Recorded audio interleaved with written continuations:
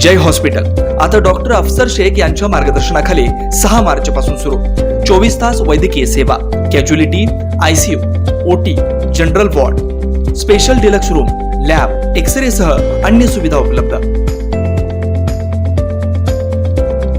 सोलापूर लोकसभा मतदारसंघासाठी काँग्रेसनं महाविकास आघाडीच्या वतीनं आमदार प्रणिती शिंदे यांना उमेदवारी दिली आहे। त्यांनी गुरुवारी शेकडो कार्यकर्त्यांसह जिल्हाधिकारी कार्यालयात कुमार आशीर्वाद यांच्याकडे उमेदवारी अर्ज दाखल केलाय।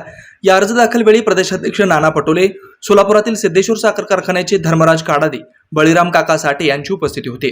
अर्ज करण्यापूर्वी झालेल्या सभेत माजी आमदार नरसई आडम मास्तर यांनी पंतप्रधान नरेंद्र मोदी यांना या निवडणुकीत पराभव करायचा आहे। सोनिया गांधी यांच्या काळात घराला 4.5 लाख रुपये सबसिडी होती, आता मोदींनी घटवून तो 2.5 लाख केलाय असं म्हणत आडम मास्तरांकडून मोदींबद्दल अपशब्द निघाले। तर उपमुख्यमंत्री देवेंद्र यांनी 2 दिवसापूर्वी राम सातपुते यांच्या उमेदवारी अर्ज भरतेवेळी झालेल्या सभेत राज्य व केंद्र सरकारने सोलापुरातील 30,000 रेनगरमधील घरकुल बांधल्याचं सांगितलं। याला आम्ही 14 वर्ष काय केलं, आम्ही काय झक मारली असं म्हणून देवेंद्र फडणवीस यांच्यावर सडकून टीका केली। काल अचानक माझी प्रकृती बिघडली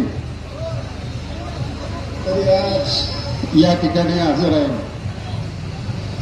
कारण मोदीचा पराभव करणं एकमेव उद्देश आपला आहे।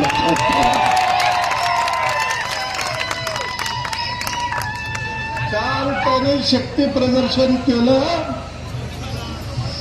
त्याच्या दुप्पट या ठिकाणी आपले लोक जमलेले आहेत। या जिल्ह्याच्या पालकमंत्र्यांनी सांगितलं सोलापूरची सीट धोक्यात आहे,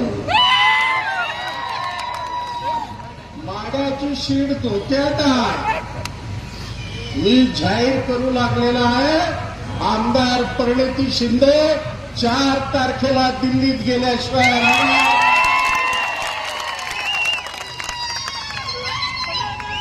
त्याकरता सोलापुरातले श्रमिक तुमच्या पाठीशी आहेत, लक्षात ठेवा। 3-4 हजार लोक येऊ लागले चालत। काल भरताना राज्याचे उपमुख्यमंत्री देवेंद्र फडणवीस यांनी माझ्यावर हल्ला केला।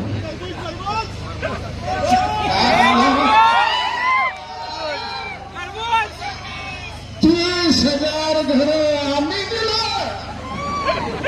आम्ही झक मारलं।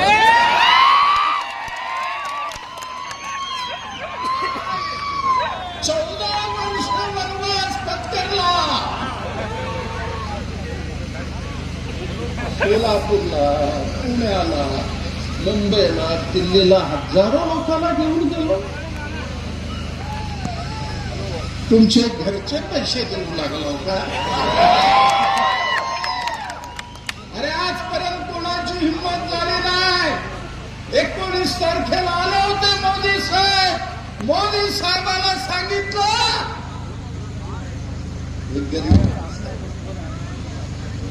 7-8 हजार रुपये सुद्धा करू शकत नाही।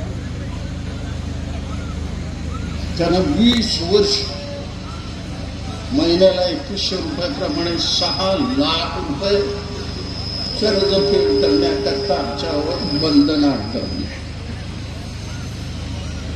मी त्यावेळेला मोदी साहेबाला म्हणलं, अजय मातन पुढे 31 मे 2013ला ही स्कीम श्रीमती सोनिया गांधीच्या सांगण्यावरनं मंजूर झालेला